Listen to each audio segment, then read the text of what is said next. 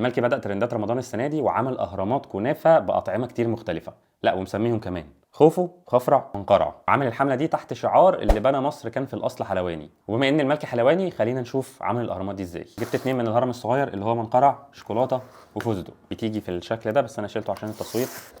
مش عارف بقى يتاكل إزاي، بس ممكن نديله واحدة كده من النص. الهرم بيبوظ مني. سر الهرم ده ببساطة كنافة من فوق كريمة فستق. الكنافة اللي من جوه طرية واللي من بره يعني متحمشة كده سنة بسيطة عشان تمسك الشكل ده كله في بعضيه. بسم الله.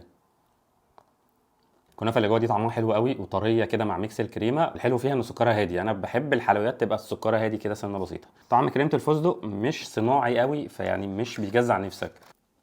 طبقه الكنافه اللي بره دي بقى مقرمشه كده شويه عشان تحفظ شكل الهرم زي ما قلت لكم. تاني هرم صغير بطعم الشوكولاته، هو هنا غامق شويه عن اللي قبليه. انا عاوز اعمل حاجه، خلينا نوزن 470 جرام تقريبا نص كيلو. نجرب تقطيعه مختلفه.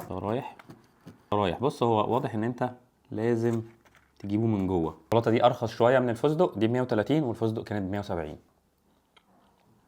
طعمها اقرب حاجه ليه مهلبيه الشوكولاته. عجبني الفستق اكتر فخلينا نخش على خفرع. خلينا ندخل على الهرم التاني، خفرع بطعم التين. ده اكتر طعم كنت عاوز اجربه عشان حاسه مختلف شويه. لو وزننا خفرع هيطلع 1057 تقريبا كيلو كنافه محشي من جوه تين توفي. هنا بقى ناخده ايه بلان فيو كده، ناخده حته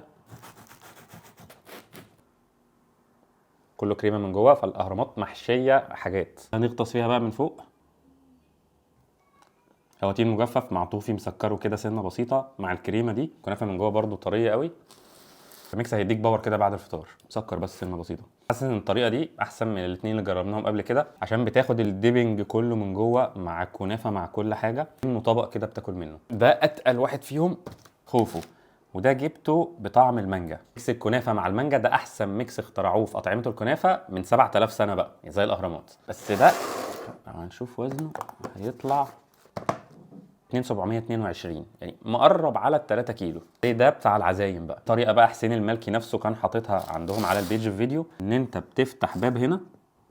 حلوه السكينه دي، مش بقى باب شباك، المهم تفتح فتحه هنا.